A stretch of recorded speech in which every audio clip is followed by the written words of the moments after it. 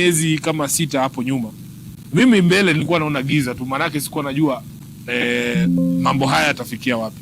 Lakini kila siku kwa sababu ya maombi yenu mambo yamefanyika ambayo yamenipa ile moyo ya kwamba inawezekana tufanye mambo ambayo wananchi wanataka tufanye. Kwa mfano hapa katika maeneo ya magharibi imekuwa ni vigumu sana kupata viongozi wanazungumza lugha moja. Upate viongozi wa Vihiga, viongozi wa Kakamega, viongozi wa Trans Nzoia, Busia na hapa Bungoma wakizungumza lugha moja.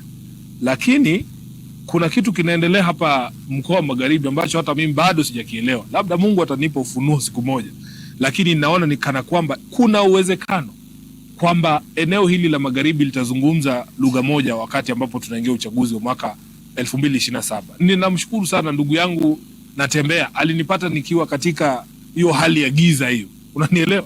Na tukaketi na yeye na tukazungumza na akasema Mheshimiwa Sifuna, vile ambavyo tunaona katika maeneo mengine ya taifa una ushawishi fulani na unakubalika kiasi cha haja, iwapo sisi wa magharibi tunaweza kukuunga wewe mkono.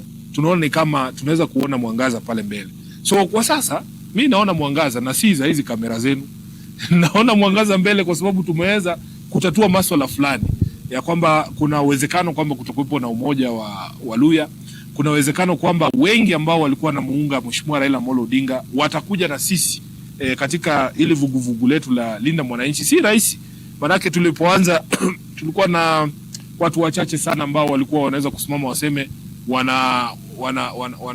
wanakubaliana na maoni ya Sifuna ama wanaunga Sifuna mkono.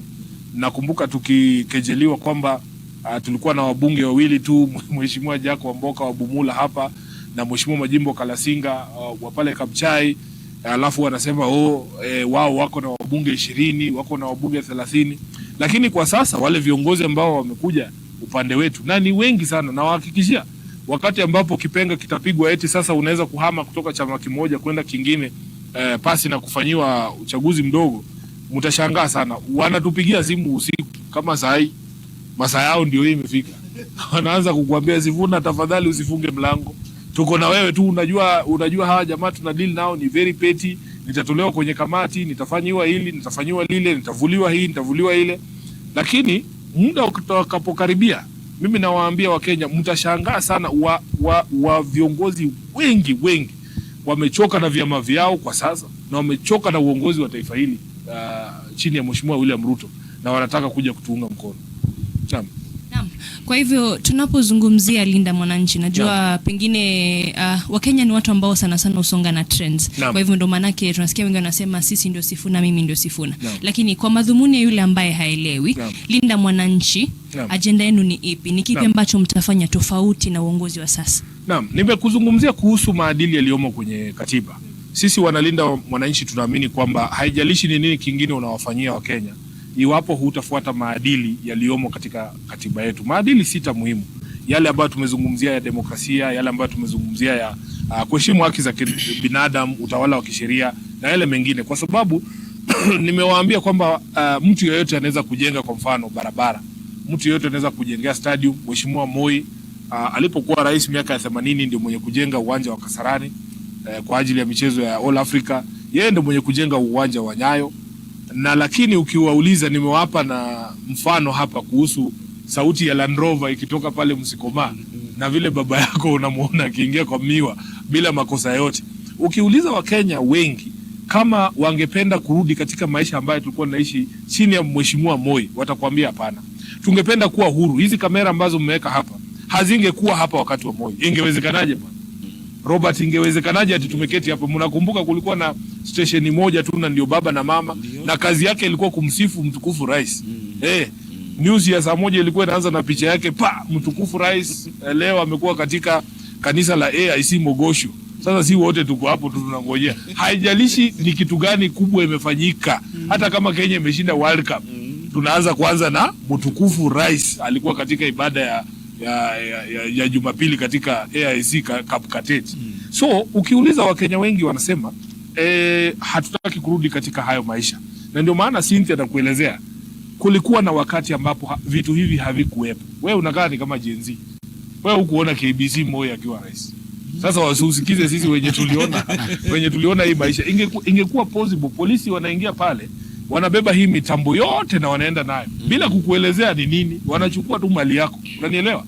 So ukiona vitu ambavyo vinafanyika chini ya Mheshimiwa William Ruto, kwamba yeye ana huu utawala wa mambo ni matatu, kwamba iwapo mtakosana na yeye atatumia nguvu za kiserikali ili kupata his way, and we are saying that is not what the country that we want. Ati mtu anaweza kuandika kitu kwa Facebook tu, ama achore picha kubwa ya aseme mapua ya Sifuna ni kubwa sana kwa mtandao na kwa sababu mimi ni rais natuma polisi wa kushiki. I mean, we want to live in a free country. We want to live in a democratic country that respects the freedom of the media.